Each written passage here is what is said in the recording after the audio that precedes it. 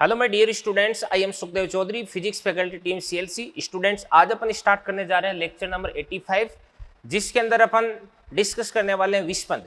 तो स्टूडेंट्स, अब तक की अगर अपन बात करें तो अपन ने डिस्कस किया है व्यतिकरण, इसके बाद में अपन ने अपरगामी तरंगें डिस्कस कर ली। अपरगामी तरंगों में सबसे पहले दो दंड आधारों के मध्य तने हुए तार के अंदर अपरगामी तरंगें अपन ने डिस्कस की। इसके बाद में ऑर्गन पाइप अपन ने डिस्कस किया, जिसके अंदर सीओपी ओओपी अपन ने डिस्कस किया। फिर उसके बाद में अपन ने जो अनुनाद नली यानी रेजोनेंस ट्यूब है वो अपन ने डिस्कस की।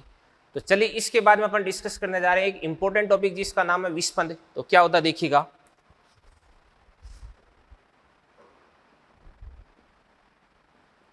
विस्पंद को इंग्लिश में अपन बोलते हैं बीट्स। तो बात सुनना भी, ये भी एक प्रकार का अध्यारोपण होता है। मैंने आपको बताया था 4 प्रकार के अध्यारोपण होते हैं, 3 प्रकार के अपन पढ़ते हैं। लिसा जो क्या करती हैं अभी सिलेबस में नहीं है, ठीक है ना। तो ये तीसरे प्रकार का अध्यारोपण अपन डिस्कस कर रहे हैं। तो विस्पंद के लिए भी आपको कितनी तरंगें चाहिए? 2 तरंगें। तो 2 या अधिक तरंगें होनी चाहिए, और सारी की सारी तरंगों की जो डायरेक्शन ऑफ प्रोपेगेशन है, मतलब इनका आयाम की अगर अपन बात करें तो आयाम समान या लगभग समान चलेगा।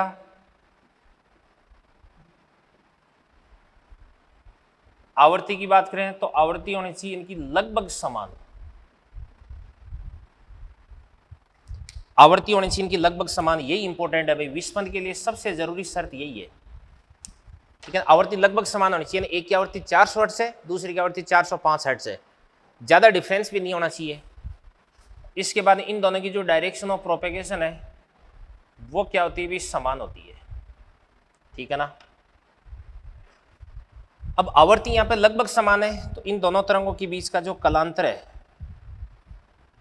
वो नियत नहीं है। कलांतर नियत नहीं यानी कलांतर और समय के सापेक्ष परिवर्ती है। तो कलांतर क्या हो जाएगा भी? समय के सापेक्ष परिवर्ती। तो कभी तो दोनों तरंगें समान कला में आ जाएगी और कभी दोनों तरंगें विपरीत कला में आ जाएगी, यानी कलांतर दोनों की वजह इसमें समय पर डिपेंड कर रहा है। तो कभी कलांतर 0 होगा, कभी कितना होगा पाई, कभी 2 पाई, कभी 3 पाई, कभी 4 पाई, कभी 5 पाई। तो कभी तो संपोषी व्यतिकरण की स्थिति बनेगी और कभी विनाशी व्यतिकरण की स्थिति बनेगी। तो जब संपोषी व्यतिकरण की स्थिति बनेगी तो इस स्थिति में आपको अधिकतम तीव्रता की ध्वनि सुनाई देती है, और जब विनाशी व्यतिकरण की स्थिति बनेगी तो इस स्थिति में न्यूनतम तीव्रता की ध्वनि सुनाई देती है। यानी अलग अलग समय पर, या मतलब एक ही बिंदु पर अगर मैं खड़े होकर के देखता हूं तो अलग अलग समय पर जो इंटेंसिटी है, जो तीव्रता है वो बदलती रहती है भी। तो कलांतर परिवर्ती होता है। तो कभी तो दोनों तरंगें जब समान कला में, तो इस स्थिति में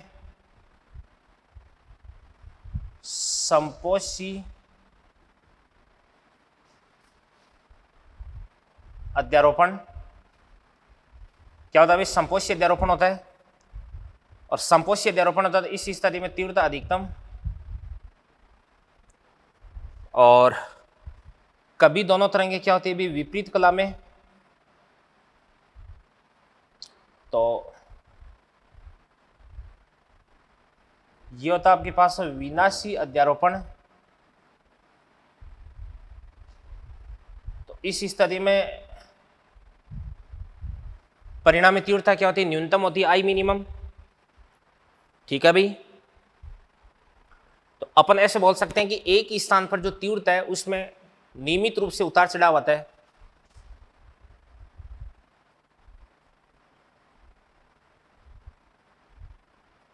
एक ही स्थान पर तीव्रता में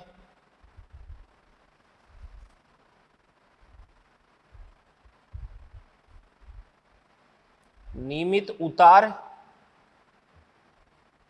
चढ़ाव देखने को मिलता है। इसी घटना को अपन क्या बोलते हैं? विस्पंद बोलते हैं। देखो व्यतिकरण में क्या होता है? व्यतिकरण में किसी एक जगह पर अगर आप खड़े होगे तो वहां पर इंटेंसिटी अगर अधिकतम है तो हमेशा अधिकतम रहेगी, न्यूनतम है तो वहां पर हमेशा न्यूनतम रहेगी। यानी वहां पर जो तीव्रता है वो समय के सापेक्ष परिवर्तित नहीं होती है। अगर आप स्थिति परिवर्तित करते हैं, आप दूसरी जगह पर चले जाते हैं, तो जगह बदलते ही कलांतर बदल जाएगा, पथांतर बदल जाएगा, जिसकी वजह से इंटेंसिटी चेंज हो सकती है। तो वहां पर तो इंटेंसिटी है वो अलग अलग जगहों पर अलग अलग होती है, एक जगह पर तो हमेशा कांस्टेंट होती है।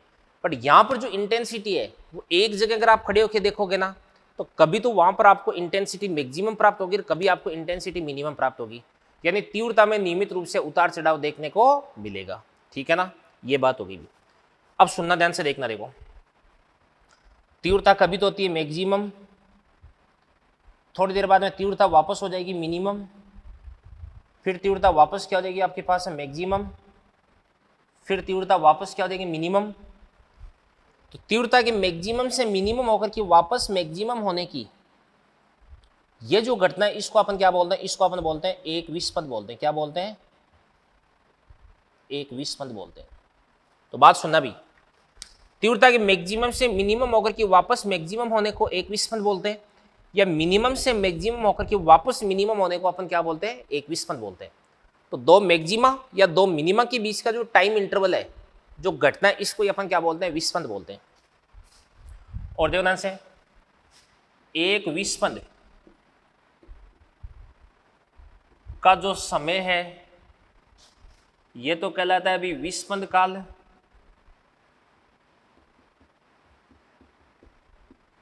और एक सेकंड में निर्मित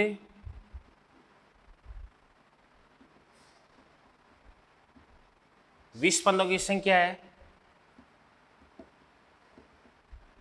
यह कहलाती विस्पंद आवृत्ति। और विस्पंद आवृत्ति एन बी बराबर कितना होता है? 1/20 विस्पंद काल 1/टी TB। ये तो अपन जानते हैं आवृत्ति बराबर क्या होता है? 1/आवर्त काल होता है। ठीक है बच्चों, तो अब देखना ध्यान से, देखो मान के इसलिए दो तरंग है, y1 बराबर कितना देखा आपके पास है? A1 sine omega 1t, y2 बराबर A2 साइन ओमेगा 2t। तो ये आपके पास A1 sine 2 pi N1 into T, A2 sine 2 pi N2 into T.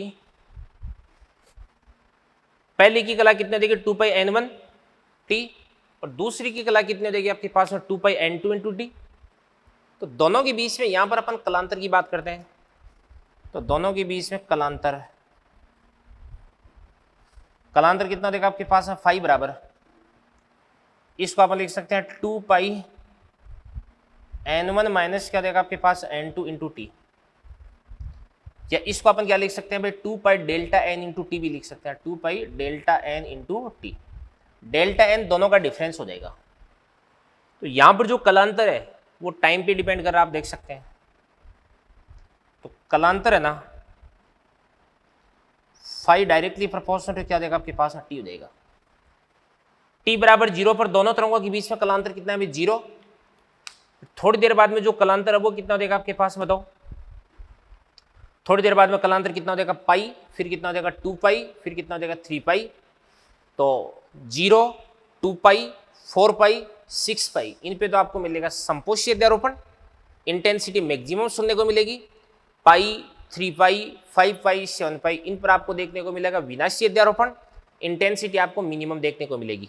ठीक है ना, तो अपन देख सकते हैं ध्यान से, जब 5 बराबर कितना हो जाएगा आपके पास है? 0, कितना हो जाएगा आपके पास? 2 पाई, आपके पास 4 पाई डॉट डॉट डॉट। तो 5 को अपन क्या पुट करते हैं अभी? 0, तो टी भी कितना हो जाएगा आपके पास? टी बराबर भी 0। 5 को पुट कर दो 2 पाई, तो 2 पाई से 2 पाई कट गया, तो टी बराबर कितना देगा? 1 बटे डेल्टा एन, या कितना हो जाएगा आपके पास? 2 बटे डेल्टा एन। तो अगर अपन इन समयों पर बात करते हैं तो इन समयों पर कलांतर इतना हो जाएगा, और कलांतर अगर इतना हो जाएगा तो संपोषी अध्यारोपण होगा। तो अपन बोलेंगे संपोषी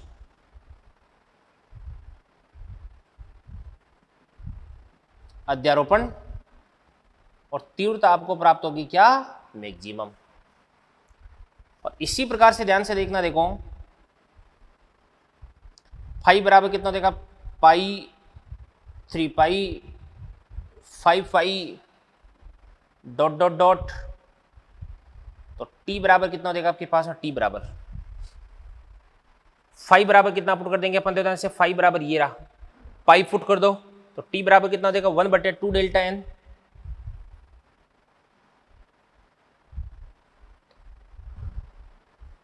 थ्री बटे two delta N, 5/2 delta N, यह आ जाएगा अभी। तो समय के ये जो मान है, इन मानों पर आपको प्राप्त होता है विनाशी अध्यारोपण,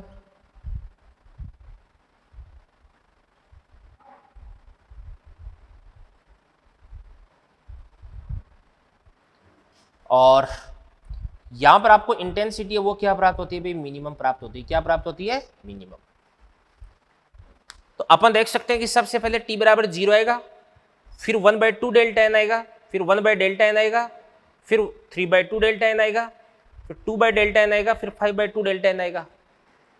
तो एक बार intensity minimum maximum minimum maximum minimum maximum, intensity में इस प्रकार से फ्लक्चुएशन आपको देखने को मिलता है अभी, ठीक है ना। तो ये सारी की सारी चीजें आप नोट करें, फिर उसके बाद में अपन आगे बढ़ते हैं बच्चों। तो देखिए बच्चों, आपने ये तो देख लिया कि विस्फंद में किस प्रकार से आवर्ती में समय के सापेक्ष उतार चढ़ाव देखने को मिलता है।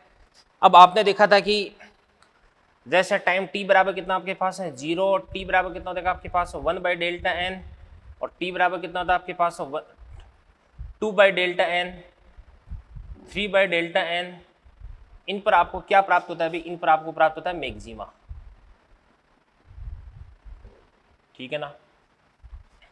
तो पहला मैक्सिमा, दूसरा मैक्सिमा, दो मैक्सिमा के बीच का जो टाइम इंटरवल है इसको अपन क्या बोलते हैं, टीबी, विस्पंद काल। तो टीबी बराबर कितना होगा आपके पास 1/डेल्टा एन माइनस 0, तो ये आपके पास 1/डेल्टा एन बराबर कितना होता है आपके पास n1 डिफरेंस n2। और इसके बाद में अगर अपन बात करते हैं विस्पंद आवर्ती की nb, तो nb बराबर कितना होता है आपके पास डेल्टा एन, और डेल्टा एन बराबर क्या होता है n1 माइनस क्या होता है n2 होता है, ठीक है ना। अब यहां पर मैं आपको एक बात बता देता हूं भाई, विस्पंद आवर्ती दोनों आवर्तियों के अंतर के बराबर होती है, दोनों जो फ्रीक्वेंसीज है उनके डिफरेंस के बराबर होती है भी।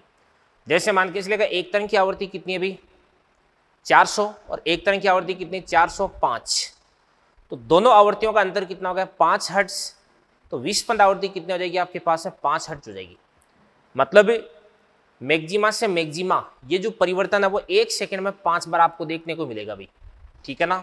ये चीज हो गई भी, यानी 1 सेकंड में आपको 5 मैक्सिमा सुनने को मिलेंगे, ओके, यानी 5 विस्पंद आपको सुनने को मिलेंगे। तो इसको ही अपन बोल सकते हैं विस्पंद आवर्ती। और विस्पंद काल कितना हो जाएगा 1/5, यानी 0.2 सेकेंड, यानी दो क्रमागत मैक्सिमा के बीच का टाइम इंटरवल कितना हो जाएगा 0.2 सेकेंड हो जाएगा अभी, ठीक है ना। ये चीज होगी, तो ये आपको ध्यान में रखनी है। इसके बाद नेक्स्ट अपन बात करते हैं, देखिएगा देखो विस्पंद आवर्ती का ये जो फॉर्मूला है ये सबसे इंपॉर्टेंट है अभी, मतलब आवर्तियों का जो अंतर है ना वही आपके पास में विस्पंद आवर्ती होती है, ओके। इसके बाद में अपन बात करते हैं, देखो ध्यान से, यहां पर भी आपके पास आई मैक्सिमम अपॉन क्या होता है आपके पास आई मिनिमम बराबर ए मैक्सिमम अपॉन ए मिनिमम का स्क्वायर बराबर क्या होता है आपके पास a1 plus a2 a1 minus a2 का होल स्क्वायर हो जाएगा, ठीक है ना। ये चीज हो गई भी। तो विस्पंद की जो थ्योरी है वो थ्योरी तो आपकी यहीं पे फिनिश होती है। अब क्वेश्चन से अपन एक साथ करेंगे। एक बार मैं आपको एक छोटी सी चीज पढ़ा देता हूँ, सूर्यतर द्विभुज। जब अपन ने अनुनाद नली पढ़ी थी, रेजोनेंस ट्यूब पढ़ी थी, तो उसके पास में अपन एक सूर्यतर बनाया था, एक ट्यूनिंग फोर्क बनाया था, वो मैं आपको पढ़ाने जा रहा हूँ। तो सूर्यतर द्विभुज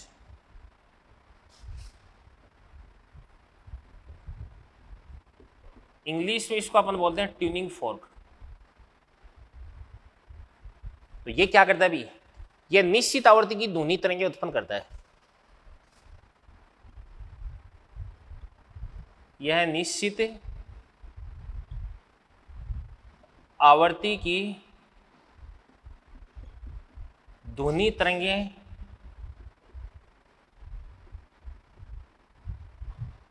उत्पन्न करता है। इसकी बनावट कैसी होती है ध्यान से देखना। देखो इसके अंदर दो भुजाएं होती है,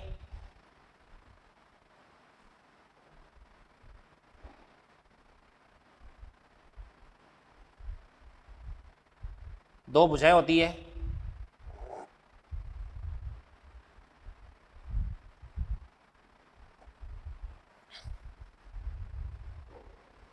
इसका थोड़ा 3D डायग्राम बना देते हैं।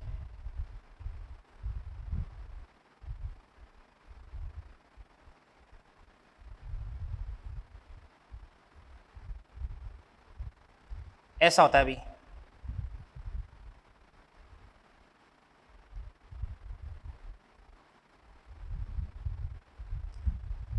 अब ये तो इसकी भुजाएं होगी,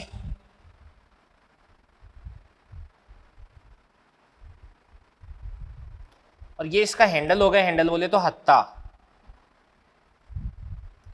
भुजा की जो मोटाई है वो कितनी आपके पास है, मतलब टी, और इस भुजा की जो लंबाई है वो कितनी आपके पास है, एल है। ये जो आपके पास है धातु है, इस धातु का यंग प्रत्यास्थता गुणा कितना देगा, वाई। इसका घनत्व कितना देगा आपके पास है, रो। अब ये क्या होता है आपके पास है, कोई भी एक रबर पेड़ होता है। रबर पेड़ क्या होता है, कुछ ही नहीं, रबर का मतलब पेड़ होता है, ब्लैक कलर का होता है। इसका जो रबर होता है काफी कड़क होता है। अब अपन क्या करते हैं, इसको हैंडल को यहां से पकड़ते हैं, रबर पेड़ को दूसरे हाथ में पकड़ते हैं, फिर उसके बाद इसकी एक भुजा को अपन क्या करते हैं, इस रबर पेड़ पर इस प्रकार से यू मारते हैं। यू मारते हैं तो इसकी भुजाओं के अंदर वाइब्रेशन होता है, और वाइब्रेशन की वजह से ये निश्चित आवृत्ति की ध्वनि तरंगें उत्पन्न करता है। भी जिस आवृत्ति से इसकी भुजाएं वाइब्रेशन करती है उसी आवृत्ति से ये ध्वनि तरंगें उत्पन्न करता है। और इसके द्वारा उत्पन्न होने वाली जो आवृत्ति है ना, एन डायरेक्टली प्रोपोर्शनल टू क्या देगा आपके पास है, टी बटे क्या देगा, एल स्क्वायर अंडर रूट का वाई बटे ये रो हो गया। भुजाओं की मोटाई ज्यादा तो आवृत्ति ज्यादा, भुजाओं की लंबाई ज्यादा तो आवृत्ति कम, यंग प्रत्यास्थता गुणांक ज्यादा तो आवृत्ति ज्यादा, घनत्व ज्यादा तो आवृत्ति कम। एक चीज और बता देता हूं, अगर इसकी कोई भी भुजा है पर कोई भी आपने मोम या अशुद्धि लगा दी जाए तो इसकी जो आवृत्ति एन है वो क्या हो जाती है, घट जाती है। और यदि इसकी कोई भी भुजा है वो घिस दी जाए तो इस स्थिति में इसकी जो आवृत्ति है वो क्या हो जाती है, बढ़ जाती है। ये इंपॉर्टेंट रिजल्ट है भाई। तो आपको ध्यान रखना है कि यदि सुरित्र द्विभुज की किसी भी भुजा पर आपने कोई भी मोम या कोई भी इंप्योरिटी अशुद्धि लगा दी तो इस स्थिति में इसकी आवृत्ति घट जाएगी, और यदि आपने इसकी भुजा को घिस दिया तो इस स्थिति में इसकी आवृत्ति बढ़ जाएगी। तो इन बातों को नोट करें। आपका जो बीट्स है, जो विस्पंद है, इसका थ्योरेटिकल पोर्शन भी फिनिश हो गया है। फिर उसके बाद में अपन अपरगामी तरंगों पे और बीट्स पे, इन दोनों पर अपन एक साथ क्वेश्चंस डिस्कस करेंगे भाई। ठीक है ना बच्चों, करें इनको नोट। तो चलिए बच्चों देवदान से अब तक अपन ने जो अपरगामी तरंगे है वो कंप्लीट कर लिए। इसके बाद में अपन ने विस्पंद है उसका थ्योरेटिकल पोर्शन कंप्लीट कर लिया है। अब अपन यहाँ पे इन दोनों के क्वेश्चन है वो यहाँ पे देखने वाले हैं। तो सबसे पहले बोर्ड पे देखिएगा, 3 क्वेश्चन आपके सामने लिखे हुए। पहला क्वेश्चन क्या करे, आपके पास 66 सेंटीमीटर लंबा एक तार है। इस तार के नीचे 2 सेतु कहाँ रखे जाएं ताकि तीनों भागों की जो मूल आवृत्तियों का अनुपात है वो आपको 1:2:3 प्राप्त हो। ठीक है ना। तो ध्यान से देखना, देखो कोई भी जैसे आपके पास में तना हुआ तार होता है, इस तने हुए तार की मूल आवृत्ति क्या होती है, मूल आवृत्ति का फॉर्मूला होता है आपके पास में देवदान से n बराबर 1/12, इसके बाद √T/μ होता है। ठीक है ना। तो पूरे तार में जो तनाव है वो एक समान होगा और तार का जो रेखीय द्रव्यमान घनत्व है वो एक समान होगा। ठीक है ना। और इसके बाद में आपके पास जो n है वो n क्या हो जाएगा आपके पास, l की व्युत्क्रमानुपाती हो जाएगा। तो यहां से अपन ऐसे भी लिख सकते हैं कि जो l है वो भी n की व्युत्क्रमानुपाती हो जाएगा, या इसको अपन ऐसे भी लिख सकते हैं l व्युत्क्रमानुपाती हो जाएगा किसके, n के। तो यहां से आपके पास लंबाइयों का अनुपात आ जाएगा L1, L2 और L3 बराबर क्या हो जाएगा आपके पास है 1/N1 अनुपात 1/N2 अनुपात 1/N3। बराबर 1/1, 1/2 और 1/3। तो यहां से अपन क्या करते हैं, एलसीएम निकालते हैं, तो 6 आ जाएगा। तो 6:3:2 आ जाएगा। तो ये आपके पास है सिंपल रेशियो आ गया, अभी सरल अनुपात आ गया। तो आपके पास है जो सरल अनुपात है वो कितना हो जाएगा, 6:3:2 आ जाएगा। तो ये किसका अनुपात है भाई, ये लंबाइयों का अनुपात है, L1 L2 L3 का अनुपात है। अब आपको क्या करना है भाई, 66 सेंटीमीटर, इसको 6:3:2 में आपको डिवाइड करना है, ठीक है ना। तो सबसे पहले अपन निकालते हैं L1 बराबर, तो L1 बराबर, L1 का अनुपात कितना हो जाएगा आपके पास है 6 बटे कुल अनुपात कितना हो जाएगा आपके पास है 11 इंटू लंबाई कितना देगा आपके पास है 66। तो कितना बन जाएगा आपके पास है 66/11 कितना हो जाएगा 6 इंटू 6 कितना हो जाएगा आपके पास है 36 सेंटीमीटर। इसी प्रकार से अपन निकालते हैं L2 की लंबाई निकालते हैं, L2 बराबर, तो L2 बराबर कितना हो जाएगा आपके पास है ध्यान से 3/11 इंटू कितना देगा आपके पास है 66, 6 इंटू 3 कितना देगा 18 सेंटीमीटर। और इसी प्रकार से L3 बराबर कितना देगा बताओ 2/11 इंटू कितना देगा 66, तो 6 इंटू 2 कितना देगा आपके पास है 12 सेंटीमीटर, ठीक है ना। ये बात होगी भी। तो तार के जो तीनों सेगमेंट है उनकी लंबाई हो जाएगी 36 सेंटीमीटर, 18 सेंटीमीटर और 12 सेंटीमीटर, ठीक है ना। तो जैसे मान के चलिएगा ये आपके पास कोई तार है, तो इस तार के जो 3 सेगमेंट है, मतलब ये तार हो गया, इस तार की जो लंबाई है वो कितनी हो जाएगी 66 सेंटीमीटर। तो अपन क्या करते हैं अभी, पहला तो कितना देगा आपके पास है 36, ठीक है ना। तो 36 मतलब यहाँ पे अपन पहला ब्रिज रख देंगे, पहला सेतु अपन यहाँ पे रख देंगे इस प्रकार से, ठीक है 36 पर। और दूसरा जो सेतु वो कहाँ पे रखेंगे बताओ, 36 के आगे 18 पे। तो 36 और 18 कितना होता है बताओ, ये तो आपके पास है 54 पे, कितना होता है 54। तो 54 पे मतलब यहाँ पे रख देंगे अपन, यहाँ पे रख देंगे अपन, ये बात होगी नहीं। तो ये तो कितना देगा 36, ये कितना देगा आपके पास 18 और ये कितना देगा आपके पास है 12। तो इस प्रकार से आपका जो तार है वो 3 भागों में बढ़ जाता है अभी, ठीक है। तो पहला सेतु है फर्स्ट, वो तो अपन कहाँ पे रखेंगे बताओ 36 सेंटीमीटर पे। और दूसरा जो सेतु है वो कहाँ पे रखेंगे 36 + 18 बराबर कितना देगा आपके पास है 54 सेंटीमीटर पे, ठीक है ना। ये चीज हो गई। इसी प्रकार से अगला क्वेश्चन अपन देखते हैं, एक सीओपी जिसकी मूलावर्ती कितनी n है, को लंबाई के लंब 2 समान भागों में काट दिया जाता है, तो दोनों भागों की मूलावर्तियां कितनी हो जाएगी।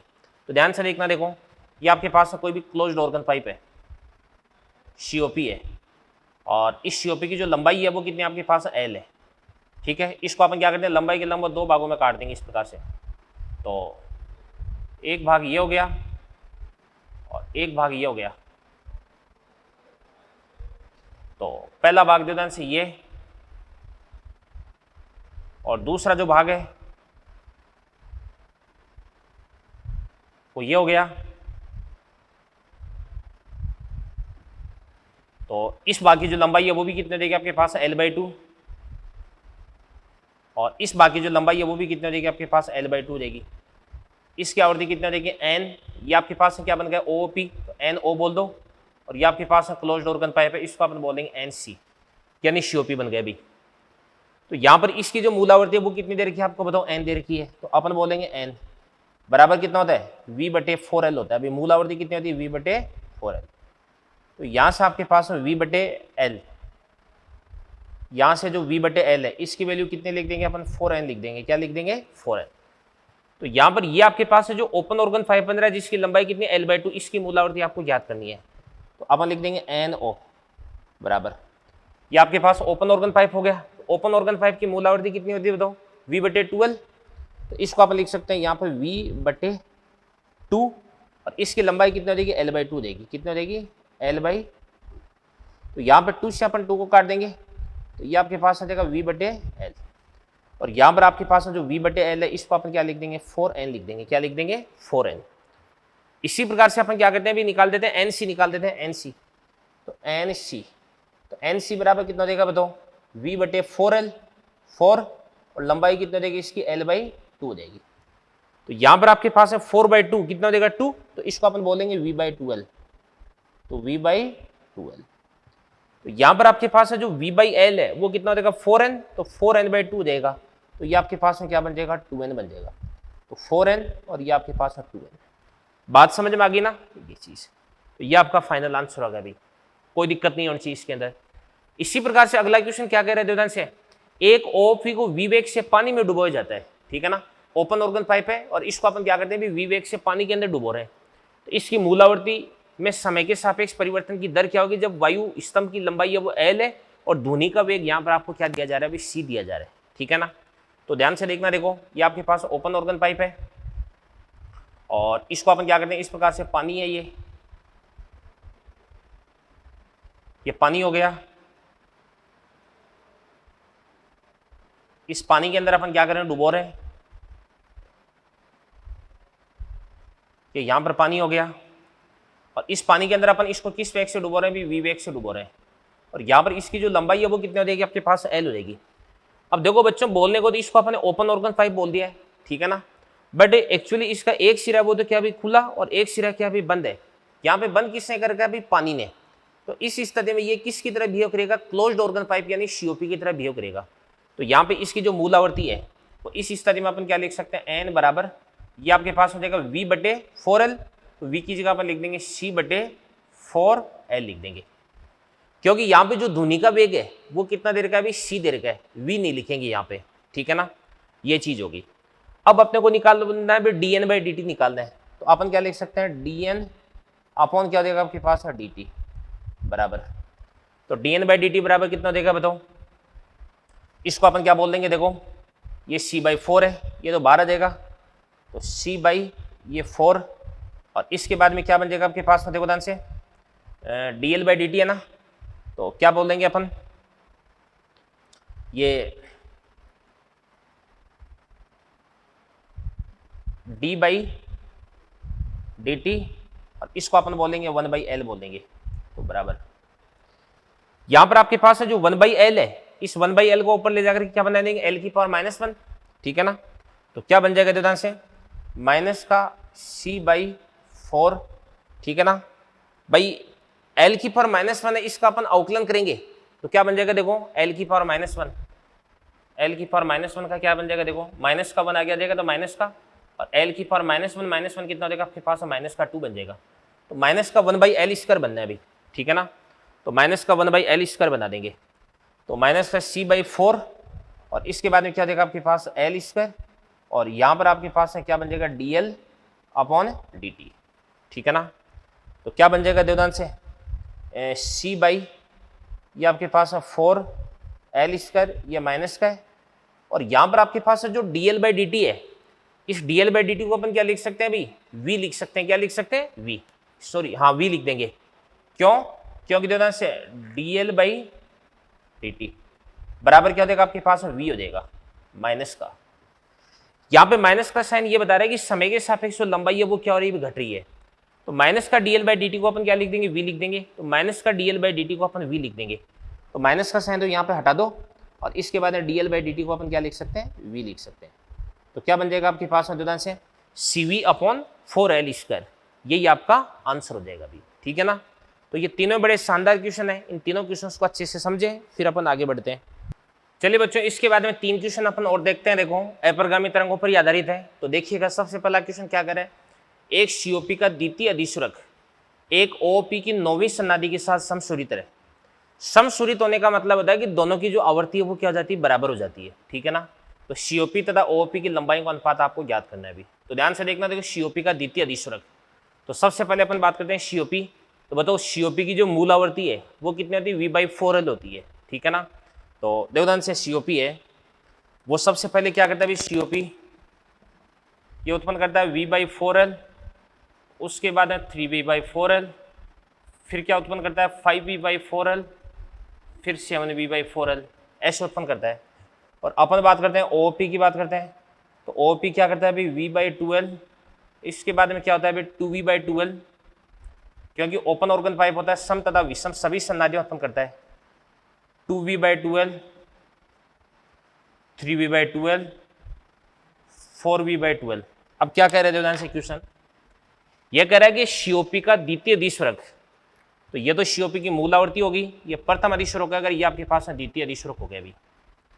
एक ओपी की नौवीं सन्नादी के साथ में, नौवीं सन्नादी का मतलब क्या होता है अभी 9 गुना, तो नौवीं सन्नादी क्या हो जाएगी आपके पास में देवदान से dot dot dot dot dot dot 9v/12 हो जाएगा। क्या हो जाएगा 9v/12। तो नौवीं सन्नादी हो जाएगी आपके पास में डॉट डॉट डॉट 9v/ ये आपके पास में 12 हो गया अभी, ठीक है ना। तो ये आपके पास में नौवीं सन्नादी होगी। तो यहाँ पे इन दोनों को आपको क्या करना है अभी बराबर करना है, तो चलो करते हैं। तो ये आपके पास में कितना देगा 5v अपॉन ये आपके पास में 4lc क्लोज्ड ऑर्गन पाइप के लिए बराबर कितना देगा आपके पास 9v अपॉन 2lo। अब यहाँ पर अपन क्या करते हैं v से अपन v को कैंसिल आउट कर देते हैं, ये v से v को काट दिया अपन ने।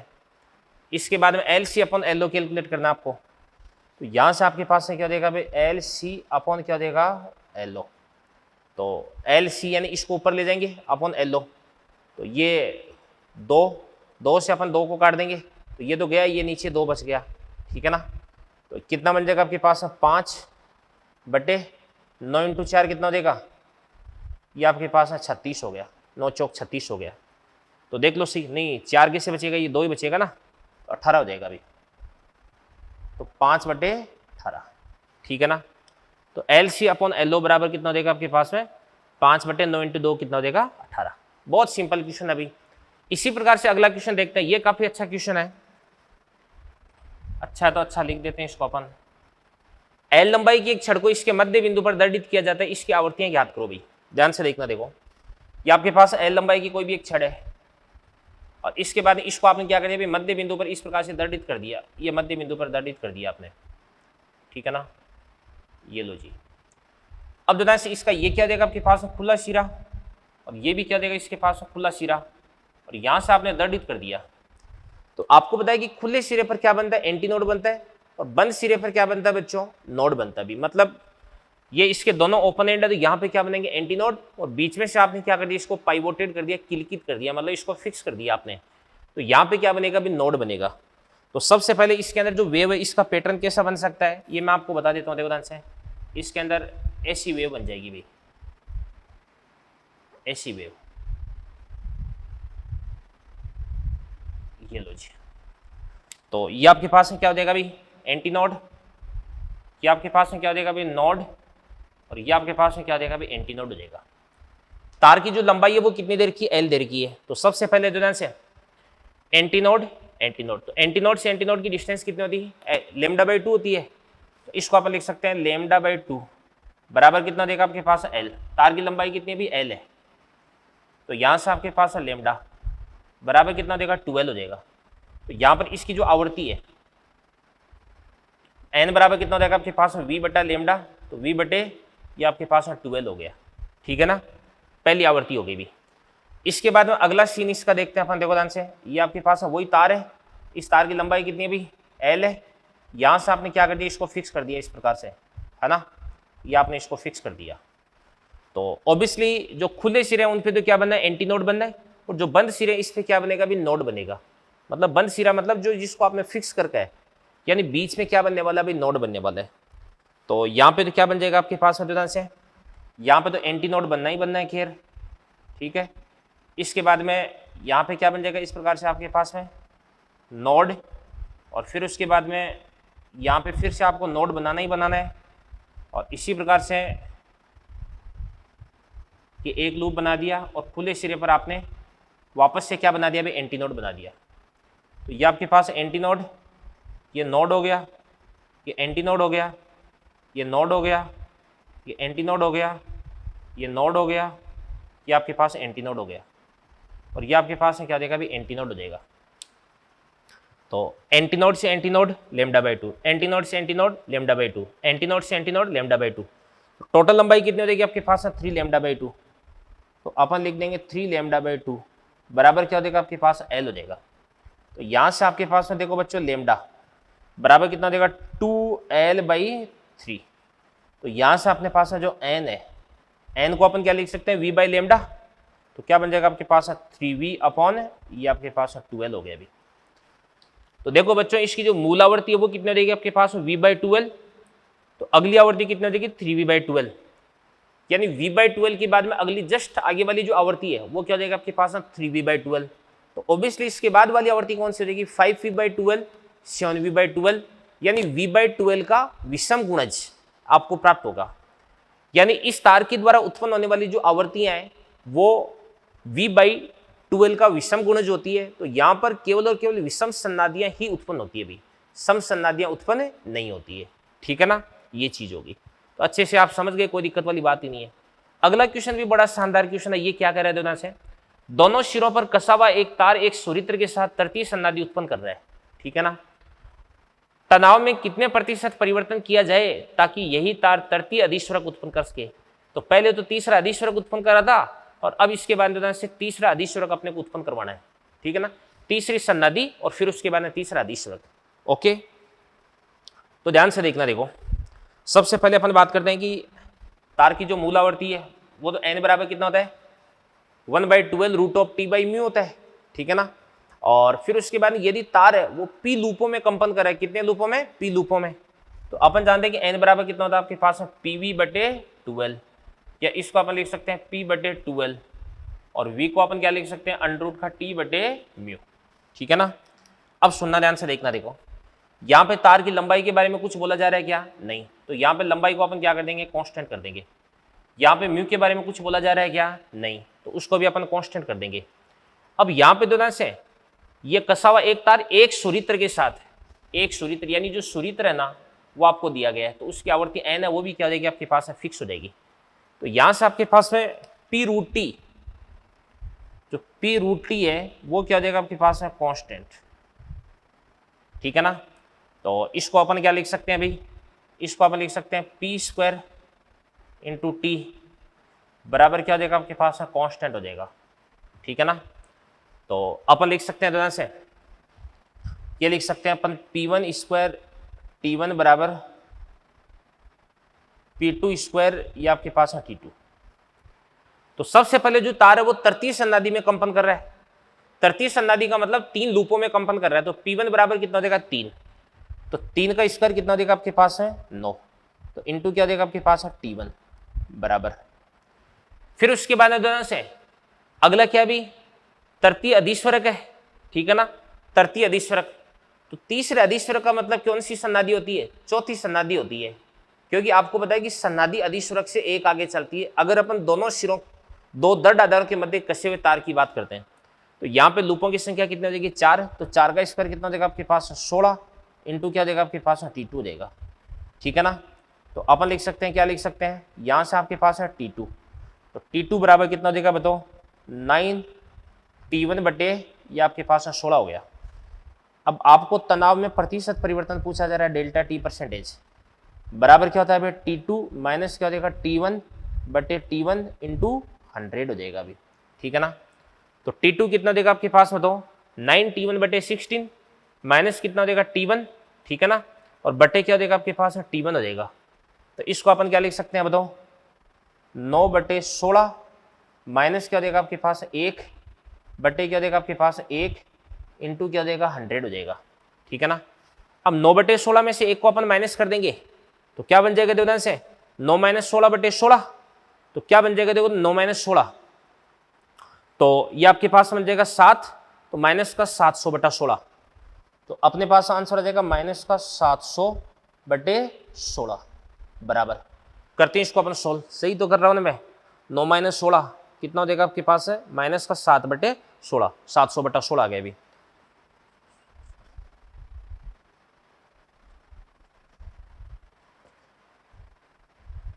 तो ध्यान से माइनस का तो आ जाएगा, माइनस का तो, और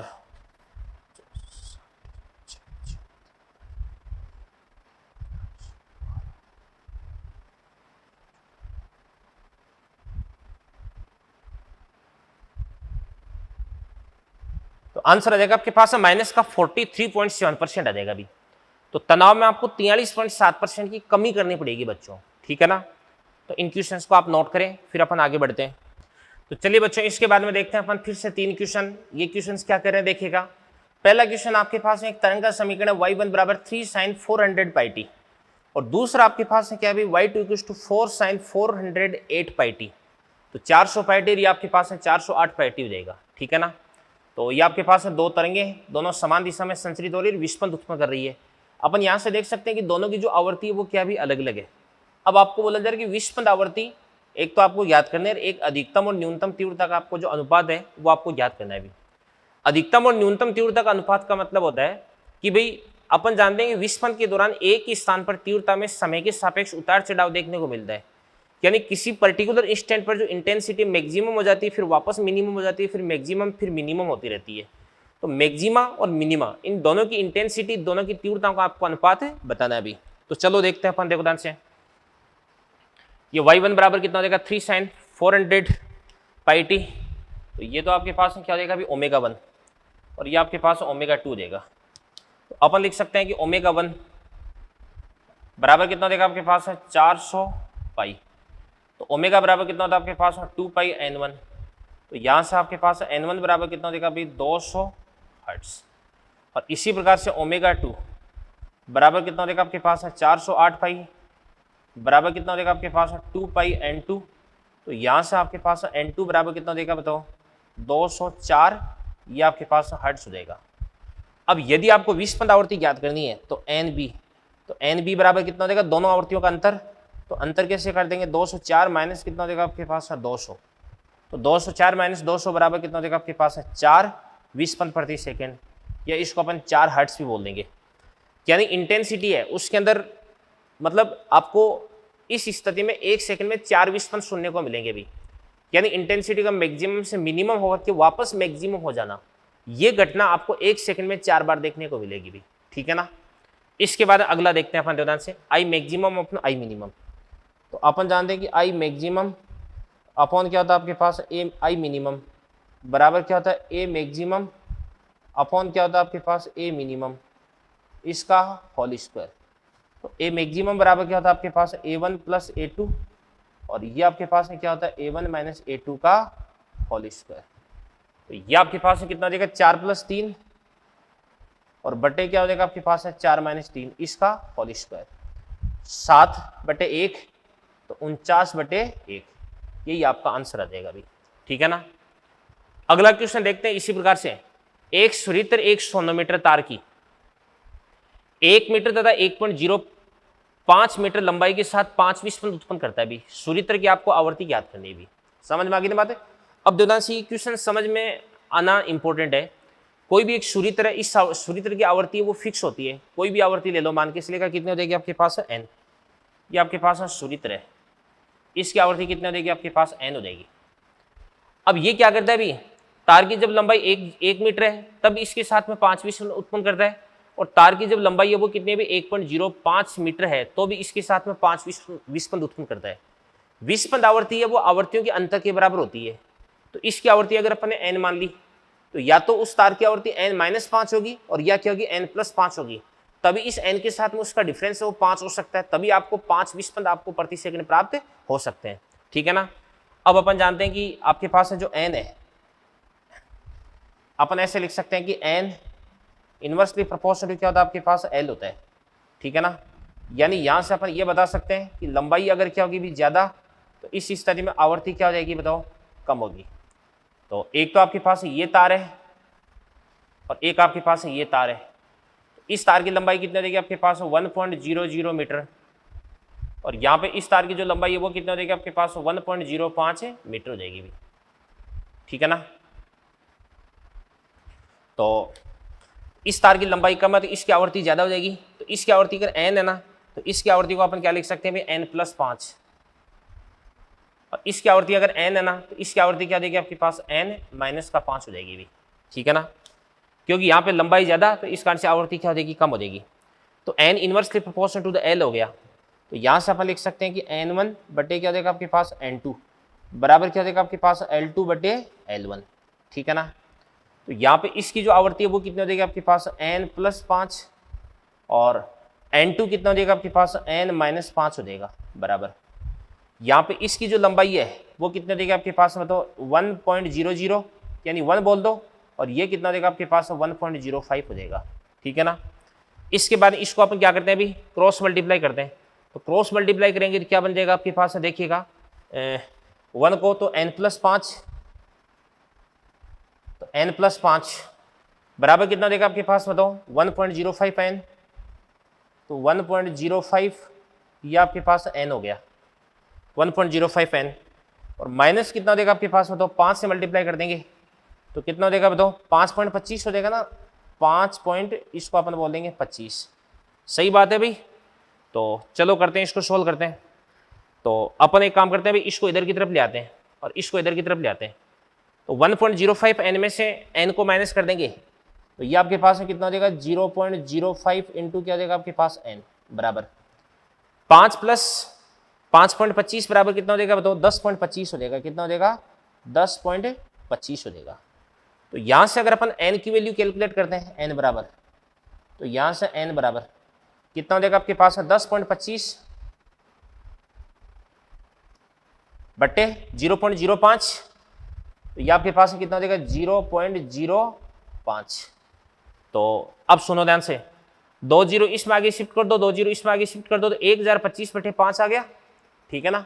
तो कितना आ गया आपके पास 205 आ गया। इसको अपन लिख सकते हैं 200, ये आपके पास है 5 हर्ट्ज। ठीक है ना। ये देख लो भाई। तो ये क्वेश्चन बड़ा शानदार क्वेश्चन है भाई। चलो इसको भी अपन इंपोर्टेंट टिक कर देते हैं। ओके, अब यहां पे n बराबर कितना देगा 205 आ गया। तो अगर इसकी आवृत्ति है वो अपने को निकालनी है तो वो कितना देगी आपके पास बताओ 210 हर्ट्ज, और इसकी आवृत्ति अगर निकालनी है तो वो कितना देगी आपके पास है 200 हर्ट्ज हो जाएगी। इसकी कितना देगी आपके पास है 205 आ जाएगी। ठीक है ना। तो बड़ा शानदार क्वेश्चन था ये। अगला क्वेश्चन देखते हैं। 250 हर्ट्ज आवृत्ति का एक सुरित्र एक अन्य अज्ञात सुरित्र के साथ में 5 विस्पंद प्रति सेकंड उत्पन्न करता है। यदि ज्ञात सुरित्र को थोड़ा सा घिस दिया जाए तो भी ये 5 विस्पंद प्रति सेकंड उत्पन्न करता है। तो अज्ञात सुरित्र की आवृत्ति कितनी हो जाएगी। तो बड़ा अच्छा क्वेश्चन है ये भी। तो ऐसे क्वेश्चंस भी ध्यान से देखना, देखो नीट के अंदर पूछे जा सकते हैं, और ऐसे क्वेश्चंस को करने का एक तरीका समझाता हूँ। बहुत सारे क्वेश्चन बन सकते हैं बट एक ही क्वेश्चन के अंदर अपन सारी की सारी बात समझेंगे भी।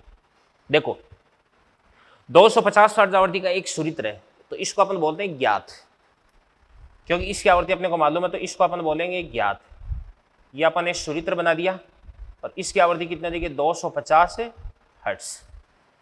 अब अज्ञात है वो इसके साथ में 5 विस्पंद प्रति सेकंड उत्पन्न करता है। या तो अज्ञात है वो इससे 5 कम हो सकता है, और या ऑब्वियसली 5 ज्यादा हो सकता है, तभी 5 का डिफरेंस हो सकता है। तो इसको अपन बोल सकते हैं अज्ञात। तो ये अज्ञात हो गया, और यहां पर भी एक अज्ञात अपन बना देंगे। अज्ञात के अपने को 2 बनाने, तो या तो 5 कम, तो या तो कितना देगा आपके पास है 245 हर्ट्ज, और या कितना देगा आपके पास है 255 हर्ट्ज। अब क्या बोला जा रहा है ध्यान से, अब ये बोला जा रहा है कि आपने ज्ञात सुरित्र को थोड़ा सा घिस दिया, और मैंने आपको बताया था कि यदि अपन किसी भी सुरित्र को घिसते हैं तो इस स्थिति में इसकी आवृत्ति बढ़ती है। सबसे पहली बात है कि ज्ञात सुरित्र को थोड़ा सा घिस दिया, तो जिसके साथ में चेंज कर रहे हो उस पर अंगुली रख दो। ज्ञात के साथ में इसको घिस रहे हो, घिसने पर इसकी आवृत्ति बढ़ती है, तो तीर है वो आगे की तरफ ले जाओ भाई। ठीक है ना। तीर आगे की तरफ ले जाओ। तो इस प्रकार से अपन क्या करते हैं, इस प्रकार से तीर है वो आगे की तरफ ले जाते हैं, आगे की तरफ लेके। ठीक है ना। अगर आपको इसके अंदर ऐसे बोला जाता है कि ज्ञात सुरित्र पर मोम लगा दिया तो तीर पीछे की तरफ जाते। अगर ऐसे बोल दे कि अज्ञात को घिस दिया तो इसको भी आगे ले जाते, उसको भी आगे ले जाते। अगर ऐसे बोल दे कि अज्ञात पर मोम लगा दिया तो इसको भी पीछे लाते और उसको भी पीछे लाते। ठीक है ना। जो अपने को बोला जा रहा है वही अपने को करना है भाई। अब ये बोला जा रहा है कि तो भी आपको 5 विस्पंद उत्पन्न प्राप्त होते हैं भाई। तो सुनना ध्यान से देखना, देखो 5 विस्पंद उत्पन्न होते हैं। तो अगर आपने एक बार मान लिया कि अज्ञात सुरित्र इसकी आवृत्ति कितनी है 245 है, तो अगर ओबियसली 245 है, ये 250 है, इसको घिसोगे तो 51 है, 251, 252, 253, 254, 255 होता जाएगा। तो इसके साथ में इसका जो अंतर है ना वो 5 से 6, 7, 8, 9, 10, यानी जो विस्पंदों की संख्या वो लगातार बढ़ती जाएगी भी। ठीक है ना। तो इस स्थिति में आपका ये तो आंसर नहीं हो सकता। ठीक है ना। तो फिर आपका आंसर कौन सा जाएगा भी 255 हर्ट्ज जाएगा। कैसे कि अगर इसको आपने घिस करके इसकी आवृत्ति को 250 से 260 हर्ट्ज कर दिया, तो पहले तो इसकी आवृत्ति इससे 5 कम थी और अब इसकी आवृत्ति इससे 5 ज्यादा हो जाएगी। ठीक है ना। तो इस स्थिति में आपका आंसर क्या चला जाएगा भी 255 हर्ट्ज। तो सही आंसर अपना कौन सा जाएगा 255 हर्ट्ज। इसी को अपन क्या कर देंगे ठीक। यही आपका सही आंसर है भाई, ठीक है ना। तो तीनों ही बड़े अच्छे क्वेश्चन थे, इनको करें नोट, फिर अपन बढ़ते हैं आगे। तो चलिए बच्चों, इसके बाद में विस्पंद का अपन एक बहुत ही शानदार क्वेश्चन देखते हैं। इसके बाद में अपन टॉपिक पढ़ते हैं जिसका नाम है ध्वनि की तीव्रता। तो क्या कह रहे हैं ध्यान से, क्वेश्चन है कि n1 बराबर 400 हर्ट्ज है, n2 बराबर 401 हर्ट्ज है, n3 बराबर 402 हर्ट्ज है। ये आपके पास है 3 आवृत्तियां हैं, तो आपको यहाँ पे विस्पंद आवृत्ति ज्ञात करनी है भाई। अब ध्यान से देखना, तो 2 आवृत्तियां, तो इन दोनों का अंतर करके अपन विस्पंद आवृत्ति ज्ञात कर सकते हैं। बट यदि आपके पास है 3 आवृत्तियां हैं, तो फिर विस्पंद आवृत्ति अपन कैसे ज्ञात करते हैं, ये मैं आपको सिखाने वाला हूँ। तो देखिए बच्चों, इस स्थिति में विस्पंद आवृत्ति अपन ज्ञात करते हैं फंडामेंटल तरीके से, ठीक है ना। तो देखिएगा ध्यान से देखो, सबसे पहले अपन क्या करते हैं, 2 आवृत्तियों को ट्रीट करते हैं। अपन एक काम करते हैं, 400 और 401 की बात करते हैं अभी सबसे पहले, ठीक है ना। तो अपन देखते हैं कि 400 एंड 401, 400 एंड 401, इन दोनों के लिए बात करते हैं अभी। तो इन दोनों के लिए ध्यान से देखना, देखो इन दोनों के लिए आपके पास में जो डेल्टा एन है, वो डेल्टा एन क्या हो जाएगा आपके पास में, देखो 401 माइनस 400 बराबर कितना हो जाएगा आपके पास, 1 हो जाएगा, ठीक है ना। और जब मैंने आपको विस्पंद पढ़ाया था, तो इस स्थिति में मैंने आपको बताया था कि टी बराबर 0 पर टी बराबर 1 by delta N, 2 by delta N, 3 by delta N, इन पर आपको क्या प्राप्त होता है अभी, मैक्सिमा प्राप्त होता है। क्या प्राप्त होता है, मैक्सिमा। तो इसके लिए ध्यान से आपको जो मैक्सिमा है वो कब कब प्राप्त होता है, टी बराबर 0 पर मैक्सिमा आपको प्राप्त होता है कब कब, ध्यान से टी बराबर 0 पर और 1 बाई डेल्टा एन, तो 1 बाई डेल्टा एन कितना देगा आपके पास, 1, ठीक है ना। और फिर उसके बाद में कितना देगा, 2 बाई डेल्टा एन, तो ये तो आपके पास 1 ही हो गया भाई। अपने को 1 सेकंड तक ही बात करनी है भाई। आप तो 1 by delta N, 2 by delta N, 3 by delta N ऐसे चलते जाओगे, तो आपको कब तक बात करनी है, आपको बात करनी है 1 सेकंड तक, यानी पहले सेकंड की जो घटना है उसी को आपको यहाँ पे नोटिस करना है। इसी प्रकार से अपन बात करते हैं ध्यान से, जो आपके पास है 401 और 402 है, 401 एंड 402 की अपन बात करते हैं। तो इन दोनों के लिए आपके पास है जो डेल्टा एन है वो कितना देगा आपके पास है, फिर से 1 हो देगा। 401 और 402 का अंतर भी कितना देगा, 1 हो देगा। तो इसके लिए जो मैक्सिमा है वो भी आपको कब कब प्राप्त हो जाएगा, ध्यान से मैक्सिमा प्राप्त हो जाएगा टी बराबर 0 पे 1 बाई डेल्टा एन यानी 1 पे, 2 बाई डेल्टा एन वो तो 2 हो गया, उसको आपको कंसिडर नहीं करना है। इसके बाद में 400 और 402 एक ये भी जोड़ा बन सकता है अभी। तो ये अपन देखते हैं 400 और 402 हर्ट्ज के लिए,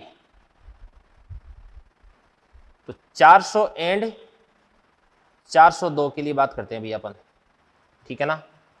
तो क्या बनता है ध्यान से, 400 और 402 के लिए जो डेल्टा एन है वो कितना देगा आपके पास में, तो 2 हो जाएगा। कितना देगा, 2। तो अपन लिख सकते हैं कि टी बराबर 0 पे 1 बाई डेल्टा एन यानी 1 बाई 2 पर, 2 बाई डेल्टा एन यानी ये आपके पास 1 आ गया, 1 पर। समझ गए। तो 400 और 401 हर्ट्ज का जो जोड़ा है वो टी बराबर 0 पर और टी बराबर 1 पर दोनों पर मैक्सिमम साउंड प्रोड्यूस करता है। 401 और 402 का जो जोड़ा है वो टी बराबर 0 पर और टी बराबर 1 पर मैक्सिमम साउंड प्रोड्यूस करता है। 400 और 402 का जो जोड़ा है वो 0 पर, 1 बाई 2 पे और 1 पे, इन 3 समय पर मैक्सिमम साउंड प्रोड्यूस करता है, ठीक है ना।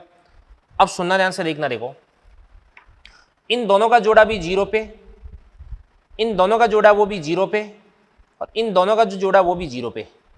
तो 0 सेकंड पर तो आपको मैक्सिमा प्राप्त होता ही है भाई, ये तो तीनों का कॉमन मैक्सिमा हो गया, ठीक है ना। अब अपन बात करते हैं ध्यान से, यहाँ पे 1/2 पर भी एक मैक्सिमा आपको प्राप्त होता है। कहाँ पे प्राप्त होता है, 1/2 पे भी प्राप्त होता है। तो 1/2 पे केवल इसी का मैक्सिमा प्राप्त होता है, 400 और 402 का। और फिर उसके बाद ये भी ध्यान से 1 पे, ये भी 1 पे प्रोड्यूस करता है और ये भी 1 पे प्रोड्यूस करता है। तो यहाँ पे जो तीनों जोड़े हैं वो टी बराबर 1 सेकंड पर भी मैक्सिमा प्रोड्यूस करते हैं। बट या तो आपको टी बराबर 0 वाला काउंट करना है या आपको टी बराबर 1 वाला काउंट करना है, क्योंकि टी बराबर 0 वाला तो स्टार्टिंग का हो जाएगा और टी बराबर 1 वाला एंड का हो जाएगा। तो या तो स्टार्टिंग ले लो या एंड ले लो, दोनों में से एक ही आपको कंसिडर करना है, ठीक है ना। तो फिर उसके बाद इसको अपन क्या करेंगे, काट देंगे भी, ये अपन काउंट नहीं करेंगे। क्यों नहीं करेंगे, मैंने आपको बता दिया। तो एक तो आपको t बराबर 0 पर मैक्सिमा प्राप्त होता है, एक आपको t बराबर 1/2 पर मैक्सिमा प्राप्त होता है। तो इस स्थिति में जो विस्पंद आवृत्ति है वो कितने हो जाएगी आपके पास है 2। तो आंसर आपके पास है 2 हो जाएगा भाई। मॉड्यूल के अंदर क्वेश्चन दे रखा है, शायद उसके अंदर आंसर 1 दे रखा है, तो उसको आप सुधार देना भाई, ठीक है। अगला इंपॉर्टेंट टॉपिक अपन डिस्कस करने जा रहे हैं ध्वनि की तीव्रता। तो सबसे पहले अपन बात करते हैं तीव्रता होती क्या है भाई। तो देखिएगा ध्यान से, देखो तीव्रता बराबर क्या होती है आपके पास ऊर्जा बटा क्षेत्रफल इंटू समय, यानी आई बराबर कितना होता है आपके पास ई अपॉन एरिया को अपन लिख देंगे एस इंटू टाइम, कितना हो जाएगा आपके पास टी हो जाएगा। तो आई बराबर कितना हो जाएगा आपके पास E upon S into T. अब एस क्या होता है आपके पास में एरिया होता है भाई, ठीक है ना। अब एरिया को ए से क्यों नहीं लिखा, क्योंकि ए से तो आयाम को लिखते हैं अपन, तो फालतू में कंफ्यूज नहीं हो इसलिए मैंने एस से लिख दिया। ओके बच्चों, अब सुनना देवदान से, मान के इसलिए ये अपने पास में कोई भी तार है और इस तार के अंदर इस प्रकार से तरंग जा रही है, ठीक है। ये तार मान लो या मान के इसलिए ये कोई भी माध्यम है, अपन इस माध्यम की बात कर रहे हैं।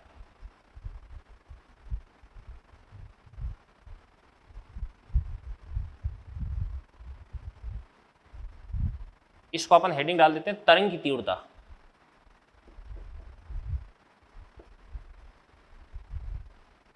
ये देखिए आपके पास में तरंग की तीव्रता।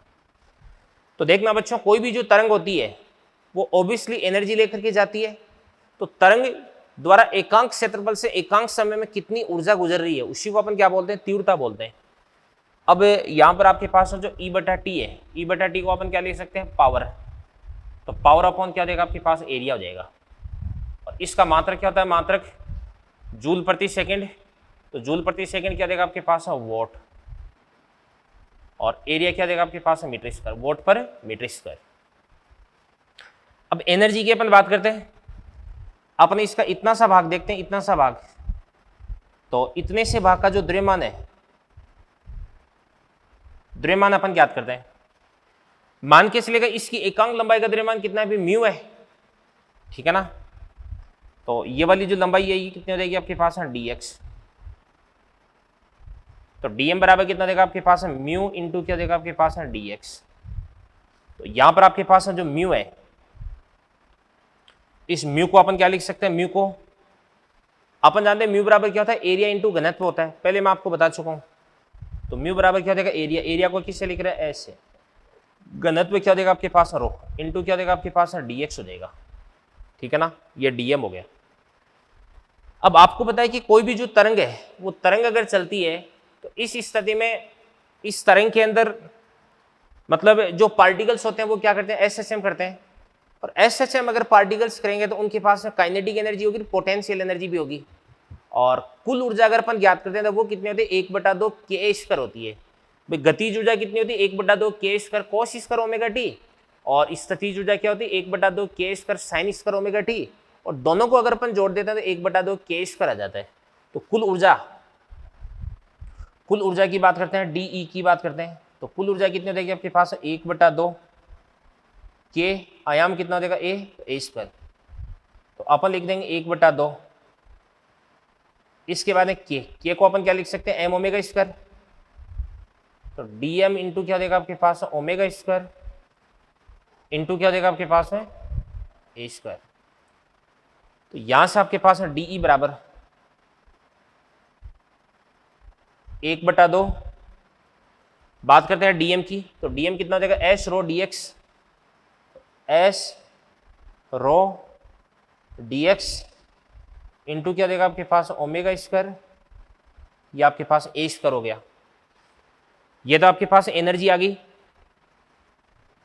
अब अगर आपको निकालनी इंटेंसिटी आई, तो आई बराबर कितना होता है आपके पास, एनर्जी अपॉन एरिया इंटू क्या होता है, टाइम। तो एनर्जी को यहां से लिख देंगे अपन, कितना देगा आपके पास, S row dx omega square A square upon S T. तो तो यहां पर अपन एक काम करते हैं, अभी एस से अपन क्या करते हैं, एस को कैंसिल आउट कर देते हैं और dx बाई dt इसको अपन क्या लिख देंगे, v लिख देंगे। तरंग का वेग हो गया ये। तो I बराबर कितना देगा आपके पास, बताओ, रो v omega square A square, ये इंटेंसिटी होगी भी। बट अपन जानते हैं कि ओमेगा बराबर कितना होता है, 2 पाई n होता है। क्या होता है, 2 पाई n। तो यहां से आपके पास I बराबर 2 का स्क्वायर कितना देगा आपके पास, 4, सॉरी यहाँ पे 2 भी तो है ना, तो ये 2 भी आ जाएगा। तो इसको अपन बोल देंगे I बराबर बटे 2, है ना, ये 2 कंसिडर करना है अपने को। तो I बराबर कितना देगा आपके पास है, ओमेगा को अपन क्या लिख देंगे, 2 पाई n, तो क्या देगा आपके पास, 4 पाई स्क्वायर n स्क्वायर, ठीक है ना, ए स्क्वायर इंटू कितना देगा आपके पास, रो v बटे क्या देगा आपके पास, 2, 4 बटे 2 कितना देगा, 2। तो I बराबर कितना देगा आपके पास, 2 pi square n square A square into क्या देगा, रो v। अब अपन बात करते हैं कि intensity I directly proportional to क्या होता है आपके पास, n square into A square होता है। अभी ये आपके पास इंटेंसिटी होगी, ठीक है। तो मेरे हिसाब से समझ में आ गया होगा, कोई दिक्कत नहीं होनी चाहिए। फिर भी अगर समझ में नहीं है, देखो या तो इसको आप दोबारा से देख लेना इस वीडियो के इस पार्ट को, और अदरवाइज आप सिंपल सा फॉर्मूला याद रखना, I बराबर 2 pi square N square A square into rho V होता है, ठीक है ना। अब यहाँ पे आपने रो और वी इन दोनों को आपने कांस्टेंट कर दिया है। कैसे, एक दिए गए माध्यम के लिए अगर मीडियम आपको गिवन है तो मीडियम की डेंसिटी है वो भी कांस्टेंट होगी, और आपको पता है कि तरंग की जो चाल होती है ये भी माध्यम की प्रॉपर्टी होती है, माध्यम का गुण होती है, ठीक है ना। तो यहाँ पे वी भी क्या देगा, माध्यम का गुण, इस कारण से इसको भी अपन क्या कर देंगे, कांस्टेंट कर देंगे। तो I directly proportional to N square A square हो जाएगा अभी। ओके, करें इसको नोट। तो देखिए बच्चों, तरंग की तीव्रता अपन ने डिस्कस की है, क्या फॉर्मूला अपन ने पढ़ा, देखो I बराबर कितना होता है आपके पास, 2 pi square N square A square into क्या होता है आपके पास, रो वी होता है। और इंटेंसिटी को अपन क्या लिख सकते हैं, पावर अपॉन सरफेस एरिया, ठीक है ना। तो अब अपन देख सकते हैं ध्यान से, यदि माध्यम क्या है भी आपका नियत, तो इस स्थिति में रो और वी दोनों कांस्टेंट हो गए, और यदि आपका n बराबर भी क्या देगा भाई, कांस्टेंट, तो इस स्थिति में आपके पास I डायरेक्टली प्रोपोर्शनल क्या देगा, ए स्क्वायर। तो अगर अपन समान आवर्ती की तरंगों की बात करते हैं, अगर आवर्ती कांस्टेंट रहती है तो इस स्थिति में तीव्रता आयाम के वर्ग की समानुपाती होती है भी, ठीक है ना। और कोई भी तरंग है वो यदि किसी भी माध्यम में एक स्थान से दूसरे स्थान तक जाती है तो उसकी आवर्ती में कोई बदलाव नहीं होता है भी। तो एक दी गई तरंग के लिए आवर्ती भी क्या होती है बच्चों, कांस्टेंट होती है। तो I directly proportional to A square होता है। अब सबसे पहले अपन बात करते हैं कि इसके लिए बिंदु स्रोत के लिए जो आपके पास पॉइंट सोर्स होता है, तो बिंदु स्रोत के लिए याद रखना आपके पास I डायरेक्टली प्रोपोर्शनल क्या होता है आपके पास है, आर स्क्वायर, और I डायरेक्टली प्रोपोर्शनल क्या होता है आपके पास, ए स्क्वायर। तो आपके पास A inversely proportional to R हो गया अभी। इसके बाद नेक्स्ट देखो ध्यान से, अपन बात करते हैं रेखीय स्रोत के लिए।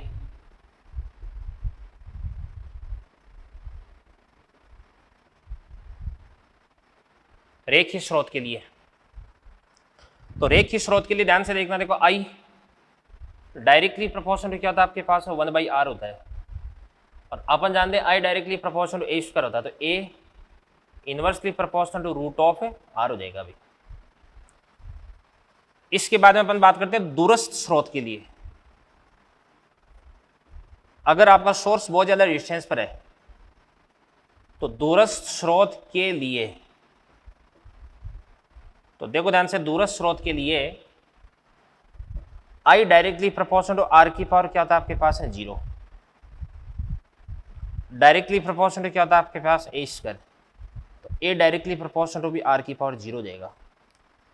यानी अगर आपका सोर्स बहुत ज्यादा डिस्टेंस पर है तो इस स्थिति में न तो तीव्रता और न ही आयाम दूरी के सापेक्ष दोनों ही परिवर्तित नहीं होते हैं। तो ध्यान से देखना, देखो ये कह रहा है कि अगर आप किसी बिंदु स्रोत से दूरी दुगुनी कर देते हैं तो इस स्थिति में तीव्रता तो 1/4 हो जाएगी और आयाम आधा हो जाएगा। अगर आप किसी रेखीय स्रोत से दूरी को दुगुना कर देते हैं तो तीव्रता तो आधी हो जाएगी और आयाम में 1/√2 गुना हो जाएगा। बट यदि किसी दूरस्थ स्रोत के लिए आपका चाहे बिंदु स्रोत है चाहे रेखीय स्रोत है, उससे अगर डिस्टेंस को आपने डबल कर दिया तो इस स्थिति में न तो तीव्रता और न ही आयाम दोनों ही बदलते नहीं है, यानी दोनों की वैल्यू क्या रहती है, यहाँ पे कांस्टेंट रहती है। तो इन बातों को भी आप ध्यान में रखें भाई, ठीक है ना। इसके बाद में एक चीज अपन और डिस्कस करते हैं दुनिया से, कि अपन क्या करते हैं, देखो कि एक तीव्रता अपने को सुनाई देने के लिए न्यूनतम कितनी तीव्रता चाहिए, अपने कान में कितनी इंटेंसिटी है वो एंटर करें ताकि अपन उसको डिटेक्ट कर सकें, संसूचित कर सकें, उसको अपन सुन सकें। तो इस आवृत्ति को बोला जाता है, इस तीव्रता को बोला जाता है देहली तीव्रता। क्या बोला जाता है? देहली तीव्रता, यानी थ्रेशोल्ड इंटेंसिटी। और इसकी वैल्यू होती है एक स्वस्थ मनुष्य के कान के लिए 10⁻12 वोट पर मीटर स्क्वायर। तो अपन लिख सकते हैं एक स्वस्थ मनुष्य के लिए सुनने की देहली तीव्रता I0 लिखते हैं इसको अपन बोलते हैं 10⁻12 वोट पर मीटर स्क्वायर बोलते हैं भी, ठीक है ना। ये बात होगी भी, यानी अगर इंटेंसिटी है तो I0 से कम होगी ना, तो इस स्थिति में क्या अपने को सुनाई देगी, क्या नहीं। और इंटेंसिटी बराबर या बड़ी होगी किससे, I0 से, तो इस स्थिति में क्या आपको सुनाई देगी, क्या, यस। अब मैंने यहां पे लिख दिया स्वस्थ मनुष्य के कान के लिए, यानी जो मनुष्य है उसका वो स्वस्थ होना चाहिए, मतलब उसका कान सही होना चाहिए। अब मान के चलिए किसी को ऊंचा सुनता है, उसको सुनाई नहीं देता, उसके कान में प्रॉब्लम है, तो इस स्थिति में ये 10⁻12 वोट पर मीटर स्क्वायर से भी ज़्यादा इंटेंसिटी को सुन नहीं पाएगा भी, ठीक है ना। तो इन चीज़ों को आप नोट कर लेना। और फिर उसके बाद आज का अपन ये जो लेक्चर है बच्चों, इसको यहीं पे फिनिश करते हैं। अब लास्ट के जो लेक्चर्स है थोड़े से लेंदी हो रहे हैं, ठीक है ना। इसकी सिर्फ वजह यह है कि आपको ज़्यादा से ज़्यादा मैं कंटेंट देने की कोशिश कर रहा हूँ। अगर टॉपिक्स को शॉर्ट में पढ़ाऊंगा तो इस स्टडी में जल्दी जल्दी भी मैं आपको कंप्लीट करवा सकता हूँ, बट ऐसा मेरे को करना नहीं है। तो मैं ये चाहता हूँ कि भाई 1 घंटे की बजाय लेक्चर चाहिए 1.25 घंटे का हो जाए, 1 घंटे 20 मिनट का हो जाए। 15-20 मिनट से कुछ भी नहीं बिगड़ता है, ठीक है ना। बट आपको चीज़ें मैं सारी पढ़ाने का प्रयास कर रहा हूँ भाई, एक भी चीज़ अब आपकी यहाँ पे छूटने वाली नहीं है। मैक्सिमम क्वेश्चन है उनकी अप्रोच यहाँ पर आपकी डेवलप हो रही है, ठीक है ना। तो इन चीज़ों को आप नोट करें और फिर उसके बाद में मिलते हैं अगले लेक्चर पर। Thank you very much, all the best. करिएगा भी, इनको नोट करें।